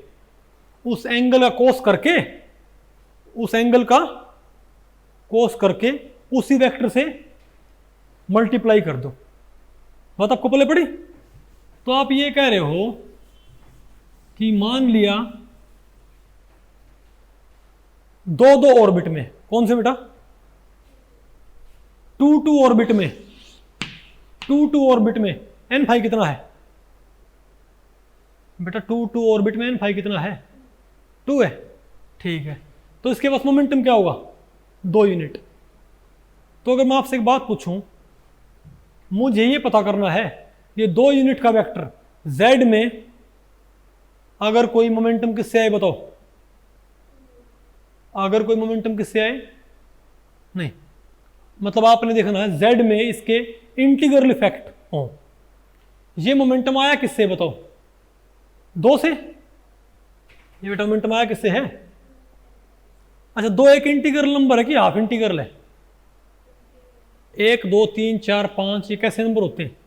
इंटीग्रल। तो एक क्वांटम कंडीशन और होती है यहां पर, वो ये कहती है अगर कोई angular momentum integral quantum number से आए ना, तो z में सिर्फ क्या होंगे? इंटीग्रल इफेक्ट क्या है? अलाउड। इसका मतलब ये है अगर 2 में इलेक्ट्रॉन ऐसे घूमता है, 2 में बेटा इलेक्ट्रॉन कैसे घूमता है? मान लिया 2 में इलेक्ट्रॉन ऐसे घूमता है, तो ऐसे घूमते हुए उसके पास एंगुलर मोमेंटम कहां बनेगा बताओ? ऐसे घूमता है तो उसका एंगुलर मोमेंटम कहां बनेगा? ऊपर की तरफ। और कितना बनेगा? 2 यूनिट। भाई इलेक्ट्रॉन के पास कितना होगा? तो ये 2 यूनिट ऊपर की तरफ है ना। तो ऊपर की तरफ इफेक्ट कितना आया, सारे का सारा, क्योंकि ए जेड क्या होगा, ए कॉस थीटा, ए जेड क्या होगा, अब ए कितना है 2 और एंगल कितना है जेड से, नहीं बेटा, जब ये ऐसे घूमता है तो एंगुलर मोमेंटम बना ऊपर की तरफ, तो जेड दिशा से एंगल कितना है 0 बेटा, एंगल जेड दिशा भी ऊपर होती है और डायरेक्शन ऑफ एंगुलर मोमेंटम भी क्या है, डायरेक्शन ऑफ एंगुलर मोमेंटम क्या है, ऊपर की तरफ नहीं है क्या, तो क्या है मेरे पास ये, तो cos 0 1, इसका मतलब क्या है कि ऐसे जब ये ऑर्बिट घूमेगा, जब ऐसे इलेक्ट्रॉन भी घूमेगा तो उसका 2 यूनिट मोमेंटम जो होता है वो सारे का सारा कहाँ होता है, ऊपर की तरफ, जो कि अलाउड है, जो क्या है अलाउड है। अब आप 2 यूनिट से नीचे आओ और ये देखो +2 से, अच्छा अगर ये ऐसे ना घूम के, सॉरी ऐसे ना घूम के, अगर ऐसे घूमता तो 2 यूनिट कहाँ होता, उसे हम क्या बोलते हैं -2, क्या बोलते हैं cos 180। अगर ऐसे घूमता ये तो z कितना होता, z ऊपर है, मोमेंटम कहाँ है नीचे, तो cos 180 -1 × 2, तो az क्या आ गया, तो हम समझ गए अगर ये ऐसे घूमेगा तो z में कितना इफेक्ट है +2 और ऐसे घूमेगा तो z में -2। अब बताओ बेटा +2 और -2 के बीच में और इंटीग्रल स्टॉप्स कौन कौन से होते हैं, +1 -1 और 0। तो मैं यहां से एंगल निकाल सकता हूं। अब मैं यहां से बेटा मैं ये कह दूं कि +1 है, क्या है, मैं कहता हूं भाई कि नहीं मुझे z में क्या इफेक्ट चाहिए +1, मैं चाहता हूं कि घूमता हुआ इलेक्ट्रॉन जो कि 2 यूनिट क्या बनाता है एंगुलर मोमेंटम, वो z में सिर्फ कितना प्रभाव रखे +1, रख दिया आपने, इतने ये तो कितना है 2 है ही भाई, 2 ऑर्बिट में मोमेंटम तो क्या होगा 2 ही होगा, तो बेटा +1/2 cos थीटा 1/2 क्या करो cos इनवर्स, क्या बताओ क्या होगा, थीटा आ जाएगा मेरे पास, कितना है बताओ, कितना आ गया 30 आ गया, मुझे याद नहीं पक्का पक्का ना, हाँ को अरे हाँ ठीक बात, इसको इनवर्स करेंगे, cos 30 क्या होगा आपके पास, cos 30 क्या है हमारे पास 1/2 आ गया, और cos 90 क्या होता है बताओ, cos 90 0 आ गया आपका, ठीक है। अरे भाई अरे एक सेकंड रुको,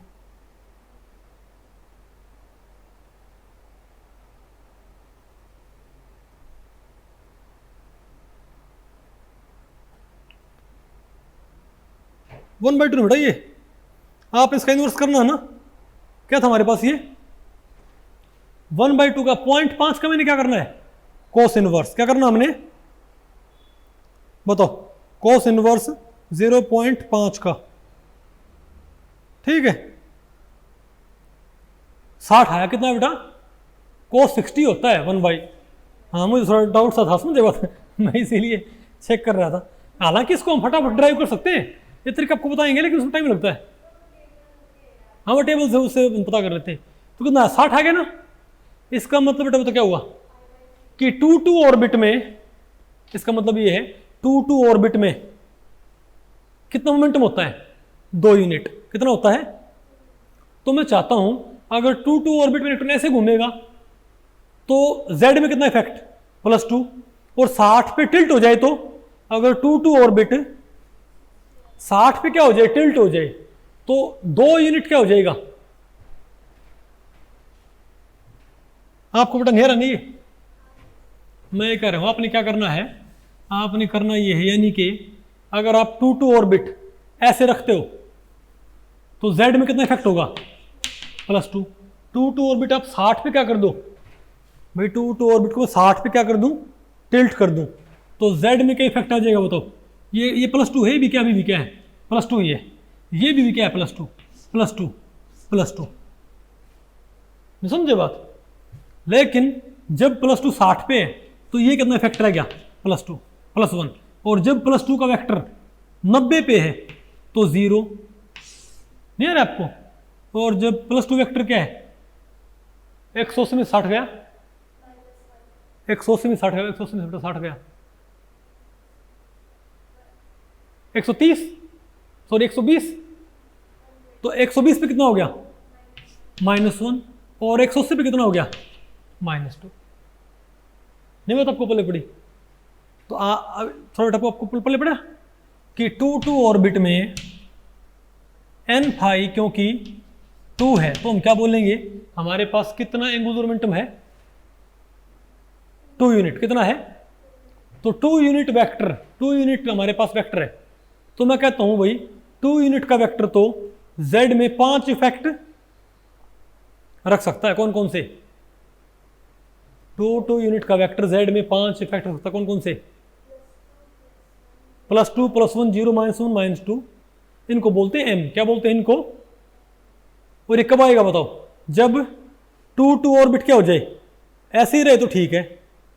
2 ऑर्बिट में ऐसे इलेक्ट्रॉन घूमे तो +2, ऐसे घूमे -2। 2 ऑर्बिट में घूमते हुए इलेक्ट्रॉन क्या बताओ क्या हो जाइए बेटा? 2 ऑर्बिट है ये ऐसे है तो z में कितना इफेक्ट है +2। 60 पे टिल्ट कर दो 2 सर्कल को, z में क्या इफेक्ट रह गया? 90 पे टिल्ट कर दो, और टिल्ट कर दो, उल्टा कर दो -2। तो क्या है हमारे पास? तो इसको बोलते हैं, क्योंकि ये सारी चीज इक्वेटर कोरस्पॉन्डिंग हो रही है। कहाँ हो रही भाई?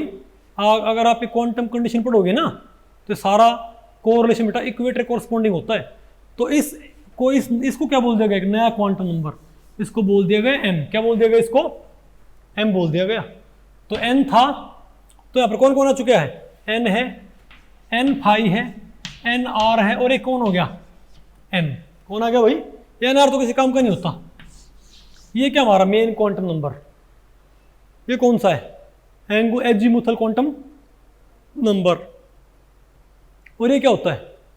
Equatorial quantum number. तो m की वैल्यू क्या होगी बताओ? अगर n फाई 2 था तो m क्या था? -2 से +2। और अगर n फाई 1 था तो बेटा m क्या था? -1 से। अगर n फाई 3 होगा, शाबाश। तो मैं ये नहीं कह सकता कि m की वैल्यू क्या होंगी? 2n phi +1। m कितने कंपोनेंट आएंगे? n फाई क्या पुट करो? 1 पुट करियो, 3 कंपोनेंट, 2 पुट करियो, 5। कौन कौन से 5? +2 से -2। n फाई बेटा 3 होगा तो m क्या होंगे यहां पर? और कौन कौन से? शाबाश, बात आपको पहले पड़ गई। तो ऐसे हमारे पास भैया तीनों क्वांटम नंबर आ गए, ठीक है। और ध्यान रखो बेटा ये स्टार्टिंग में भी यहाँ पर हमारे पास फिलहाल एनआर तो भूल ही जाओ, इतना काम का नहीं है, समझे बात? तो आइए हमारे पास, और ध्यान से रखो, ध्यान रखो भाई। अभी यहाँ पर इनकी वैल्यू क्या होती है बताओ? एन की वैल्यू क्या हो सकती है बताओ? 1 2 3 4 एनीथिंग, पता होगा ना आपको? एल की वैल्यू क्या होगी? सॉरी, एल की वैल्यू, एल बोलो इसको या इसको एन फाई बोल लो, ये बताओ क्या होता है? एन से लेके n-1, फिर n-2, और कहाँ तक पहुँच जाओ? 1 तक, 0 नहीं जाना। और n की वैल्यू क्या होती है यहाँ पर? -L2 प्लस L बोल लो, या -n-2 प्लस n-5 बोल लो, पता होगा ना आपको ये? अब समझे बात? इनके नाम बेटा एजीमुथल क्यों पड़े हैं? क्यों एल को क्या बोलते हैं? क्योंकि सोमरफेल्ड मॉडल में 3 क्वांटम नंबर आए मेन, एक तो n, एक n फाई और एक m, ठीक है बात? जब बेटा आप आगे पढ़ोगे ना भाई wave mechanical model of atom, जब क्या पढ़ोगे? Wave mechanical model of atom, तो वहां पर एक क्वांटम नंबर आएगा n, और एक आएगा l, और एक आएगा m। तो वेव मैकेनिकल मॉडल में l क्वांटम नंबर जो आएगा ना वो एंगुलर मोमेंटम देगा। क्या देगा वो? तो एकदम दिमाग में क्या आएगा? अरे इससे पहले भी एक मॉडल आया था लेकिन उसमें एक और क्वांटम नंबर था n फाई, जो क्या दिया करता? Angular momentum. तो उसका जो नाम था, बोले भाई उसका नाम क्या था उस टाइम पे? बोले एजीमुथल। तो क्यों ना हम इसको भी क्या बोलने लग जाए?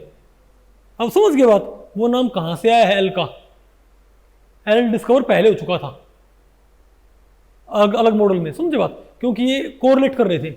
वेव मैकेनिकल मॉडल में एल क्वांटम नंबर क्या देगा बेटा, एंगुलर मोमेंटम, और इसमें एन फाई क्या दे रहा है, एंगुलर मोमेंटम। तो बोले भैया तो कोरिलेट हो गया। वेव मैकेनिकल मॉडल में एक क्वांटम नंबर आएगा एम, वहां पर उसका नाम होता है मैग्नेटिक क्वांटम नंबर, क्या होता है। लेकिन बोले भाई ऐसे शक्ल क्वांटम नंबर तो पहले भी आया था एक और मॉडल में, उसका नाम क्या था, इक्विटोरियल, क्या था उसका नाम। तो इसीलिए क्या होता है, वहां भी फिर इनको क्या बोलने लगे, सोमरफेल्ड मॉडल से आइडिया लेके, मैग्नेटिक भी, और कुछ आपको पहले पढ़ रहे हैं, शाबाश। लेकिन मॉडल्स में अंतर है, आ गया ना आपको ये, ठीक है। लेकिन बेटा एक दिक्कत अभी तक, बताओ क्या, तो आपने यहां पर ऑर्बिट्स तो आपने यहां पर खूब सारे बना लिए, तो भाई ऑर्बिट्स तो हमने यहां पर खूब सारे बना लिए ना। लेकिन बेटा एक दिक्कत है, बताओ क्या, बताओ क्या दिक्कत है यहां पर एक, ये सारे ऑर्बिट्स क्या है।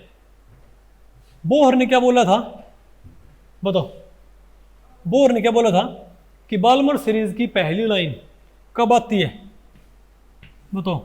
ये कौन है 1, ये कौन है 2, और ये कौन है 3। तो बेटा बाल्मर सीरीज की पहली लाइन बताओ कैसे आएगी अकॉर्डिंग टू बोहर, तो एक लाइन आएगी ना। अब सोमरफेल्ड ने क्या कर दिया, लाइन तो ये तो क्या बना दिया 1 1, और ये क्या बना दिया बताओ, दो ऑर्बिट्स की एनर्जी बताओ कौन सी, 2 1 और 2 2, और ये कौन सा हो गया n3 से क्या हो गया यहाँ पर n बराबर 3 से एक सिंगल ऑर्बिट ना बनता, कितने बनते ऑर्बिट, 3। कौन कौन से बताइए, 1 2 और 3, कौन कौन से, 3 3 3 2 और 3 1। लेकिन दिक्कत क्या है, ये है क्या बेटा, डिजनरेट।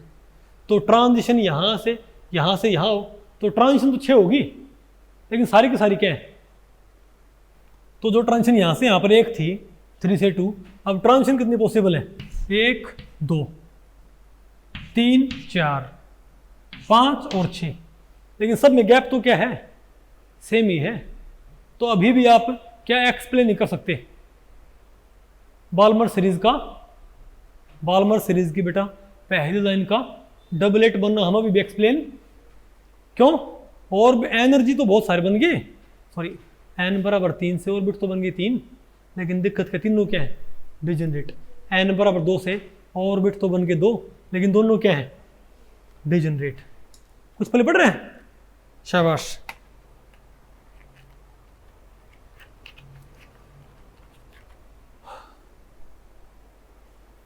तो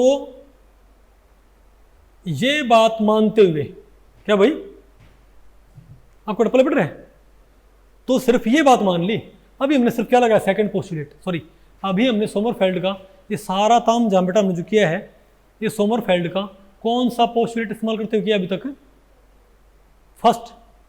हमने सेकंड भी इस्तेमाल, सेकंड क्या था कि ऑर्बिट में क्या होता है further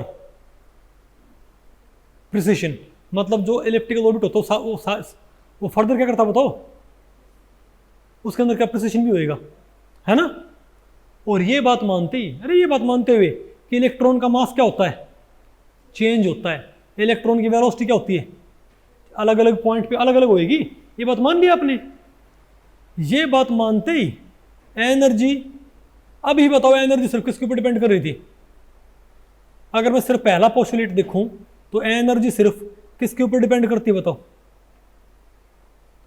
nr plus n phi क्या होता है, n स्क्वायर हो गया ना, तो वही आ गया बोर वाला।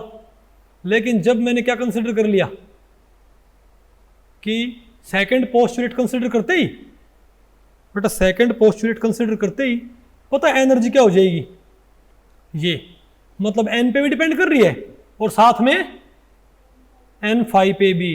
ज़्यादा आपको डिटेल्ड जाने की जरूरत नहीं है, फर्दर नेट वालों को ये पढ़ाना पड़ता है हमको, लेकिन इनको थोड़ा और क्या पढ़ाना पड़ता है हमको डिटेल्ड, MSc एंट्रेंस और IIT जैम लेवल पे आपको भी थोड़ा सा इसको सुपरफिशियल पढ़ना पड़ता है, 11वीं 12वीं लेवल पे भी इसको पढ़ाना पड़ता है, लेकिन उनको ये और भी क्या पढ़ाना पड़ता है, बेटा लेवल होते हैं कि भाई 11वीं 12वीं लेवल पे आपको हल्के फुल्के पढ़ाना पड़ेगा, बीएससी लेवल पे आपको भाई और हायर लेवल का, और एमएससी लेवल पे और हायर लेवल का।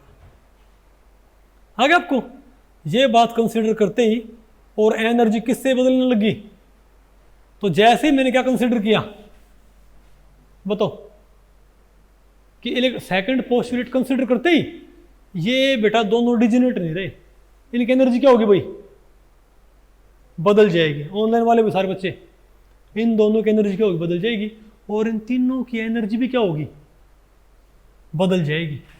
बात आपको पहले पड़ रही है। तो जैसे ही मैंने क्या कंसिडर किया, सेकंड पोस्टुलेट, नहीं आ रहा बेटा आपको, ये नहीं आ रहा ना, आ रहा है। ये कंसिडर करते ही पहले 2 1 2 2 क्या थे, सेम एनर्जी के, अब 2 2 ज्यादा का और 2 1 कम का हो गया। सेकंड पोस्टुलेट लगाते ही n बराबर 2 से बनने वाले दोनों ऑर्बिट्स की एनर्जी क्या हो जाएगी, डिस्टिंग्विश, और उनकी बेटा क्या हो जाएगी, तीनों की 3 1 3 2 और 3 3, वो भी क्या हो गए।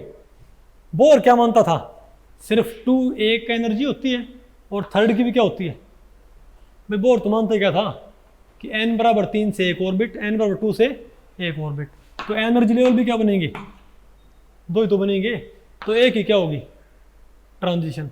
लेकिन सोमरफेल्ड क्या बोलता है कि n बराबर 2 से 2 ऑर्बिट बनेंगे, 2 1 और 2 2, 2 1 एनर्जी में कम होगा, 2 2 एनर्जी में ज़्यादा होगा और n बराबर 3 से क्या बनेंगे, 3 ऑर्बिट, एक सर्कुलर 2 इलेप्टिकल, और एनर्जी कम किसकी होगी, सर्कुलर की एनर्जी क्या होगी, हाईएस्ट, और इलेप्टिकल्स की एनर्जी होगी, कम होएगी।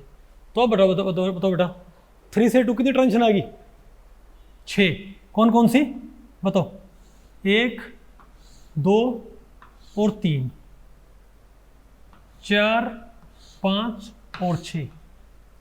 तो आप तो ये कहोगे तो बोहर में 3 से 2 बेटा क्या आना चाहिए था, एक सिंगल लाइन। तो बोहर मॉडल में 3 से 2 बाल्मर सीरीज की पहली लाइन क्या होनी चाहिए, एक सिंगलेट। लेकिन सोमरफेल्ड मॉडल में बाल्मर सीरीज की पहली लाइन बेटा क्या होनी चाहिए, 6 डबलेट। क्यों बेटा, ट्रांजिशन कितनी है, ट्रांजिशन कितनी है, ट्रांजिशन कितनी है, फिर बेटा एक ट्रांजिशन एक लाइन, 3 ट्रांजिशन, सॉरी 6 ट्रांजिशन तो हुई 6 लाइन। तो अकॉर्डिंग टू सोमरफेल्ड होना क्या चाहिए बताओ, बाल्मर सीरीज की पहली लाइन क्या होनी चाहिए, एक 6 क्या होनी चाहिए भाई, एक 6। लेकिन होती क्या एक्चुअल में, डबलेट। तो उसको हमने कैसे एक्सप्लेन करें, क्योंकि इन तीनों में बेटा एनर्जी गैप बहुत कम होता है। किन में, इन 3 में एनर्जी गैप क्या होता है, काफ़ी कम होता है। और ये पता कितना होता है, तकरीबन 0.37 सेंटीमीटर इनवर्स। कितना, ये गैप कितना होता है, 0। और आपको पता है जो डबलेट होता है ना बाल्मर सीरीज का, जो 3 बाल्मर सीरीज की अल्फा लाइन का जो डबलेट था, नहीं बता आपको पहले पड़ी, alpha series sorry Balmer series की अल्फा लाइन का जो डबलेट था, इसमें गैप भी कितना होता है, तकरीबन 0.35। तो इसको हम कैसे एक्सप्लेन करेंगे, क्योंकि ये गैप काफ़ी ज़्यादा है और ये गैप काफ़ी कम है, नहीं बता आपको पहले पड़ी। तो ये 3 ट्रांजिशन क्या होंगी, वास्तव में क्या है, 3 ट्रांजिशन क्या हो रखी हैं, मर्ज हो रखी हैं, और ये 3 क्या हो रखी हैं, मर्ज हो रखी हैं, और ये जो गैप था ना फिर यहाँ पर अपीयर हो गया। ये बात आपको पहले पड़ी। तो इसने बहुत अच्छे से क्या एक्सप्लेन कर दिया, बताओ, मतलब इतना अच्छा भी नहीं भाई, इसने पूरी तरह पोजिशन एक्सप्लेन में इसने बेटा फिर भी इसको एक्सप्लेन किया है काफ़ी हद तक, ठीक है। आगे आपको सोमरफेल्ड मॉडल कैसे बनाते हैं, शाबाश। अच्छा अब पढ़ो इसकी लिमिटेशन, बताओ क्या होगी इसकी लिमिटेशन, बताओ बेटा। एक तो बताओ क्या है ये हाइड्रोजन स्पेक्ट्रम को ज़्यादा सोफिस्टिकेटेड मैनर में एक्सप्लेन नहीं कर पाया, ठीक है। दूसरा बताओ क्या होता है, ये मल्टी इलेक्ट्रॉन एटम्स के स्पेक्ट्रा को एक्सप्लेन नहीं कर पाया, और ये इंटेंसिटी को एक्सप्लेन नहीं कर पाया, ठीक है। और जीमन इफेक्ट और स्टार्क इफेक्ट, क्योंकि ये जो अभी जो डबलेट था ना, ये बेटा फर्दर टूट जाएगा अगर आपने क्या कर दिया, आपने ग्लास ट्यूब के ऊपर क्या लगा दिया, मैग्नेटिक फील्ड। बाल्मर सीरीज की पहली लाइन क्या है, एक डबलेट है ना, आप एक काम करो, जिस ग्लास ट्यूब में क्या भरी हाइड्रोजन, उसके ऊपर आप क्या लगा दो भाई, मैग्नेटिक फील्ड या इलेक्ट्रिक फील्ड। तो फर्दर क्या होगा, ये डबलेट फर्दर क्या होगा, और भी ज़्यादा पीक्स में टूट जाएगा। तो जीमन इफेक्ट, स्टार्क इफेक्ट को इसने अच्छे से एक्सप्लेन नहीं किया। ये डी ब्रोगली नेचर को एक्सप्लेन, ड्यूल नेचर से कंप्लाई नहीं करता, हाइजेनबर्ग अनसर्टेनिटी से कंप्लाई नहीं करता, और ये बेटा केमिकल बॉन्ड को भी एक्सप्लेन नहीं कर सकता। आ गया आपको ये? अब बताओ, आपको ऐसे क्वेश्चन आते हैं जैम के अंदर या एमएससी एंट्रेंस के अंदर, ये एमडीयू के पता नहीं है भाई, डीयू के एंट्रेंस में क्वेश्चन आ रखा है, ये आ रखा है। बताओ, सोमरफेल्ड मॉडल के अकॉर्डिंग अगर इलिप्टिकल ऑर्बिट क्या है, अगर n बराबर 5 के साथ कितने बनेंगे हमारे पास इलिप्टिकल, बताओ बताओ बेटा, n बराबर 5 के साथ कितने इलिप्टिकल बनेंगे, 4। कौन कौन से, ऑर्बिट कितने बनते हैं, n से कितने बनेंगे, कौन कौन से होंगे यहाँ पर, 5 5 5 4 5 3 5 2 और 5 1। 5 5 क्या होगा सर्कुलर, बाकी सारे क्या होंगे एलिप्टिकल। तो एक क्या होता है हमेशा एलिप्टिकल, और n-1 क्या होते हैं, सॉरी अरे बेटा, एक क्या होता है सर्कुलर और n-1 क्या होते हैं एलिप्टिकल। आ गया, शाबाश। अच्छा, which of the following set of quantum number is correct, लेकिन ब्रैकेट में लिखा हुआ है एज पर सोमरफेल्ड मॉडल, ठीक है। तो बेटा क्या ये ठीक है, n बराबर 3, l बराबर 3, m बराबर +½ गलत। क्यों? क्योंकि +3 से -3। अच्छा ये देखो, n बराबर 3 है, l बराबर 3 है, ठीक बेटा। ये भाई यहाँ पर l बराबर हो सकता है, ये n 5 को क्या बोल रहा है, ये l बोल रहा है, तो क्या क्या बताओ, और m क्या है +1, ठीक है ये, क्योंकि l की वैल्यू क्या है, ध्यान रखियो, ये वेव मैकेनिकल मॉडल से क्या होता है, सेट गलत है ये, क्योंकि वहाँ पर l क्या होता है बेटा, एक कम से शुरू होता है। पता होगा ना आपको इस चीज़ का, नहीं पता आपको, आपने पढ़ रखा है वेव मैकेनिकल, थोड़ा आपको अच्छे से पढ़ाएंगे, डिटेल हुआ आएगा आपका, ठीक है, शाबाश। तो भाई इस लेक्चर में इतना ही। अगर इस लेक्चर के बारे में आपके कुछ प्रश्न या सुझाव हैं तो आप मुझे नीचे कमेंट सेक्शन में पूछ सकते हैं, मैं उनके उत्तर देने की पूरी कोशिश करूँगा। तो ठीक है, मिलते हैं अगले लेक्चर में, तब तक के लिए नमस्ते।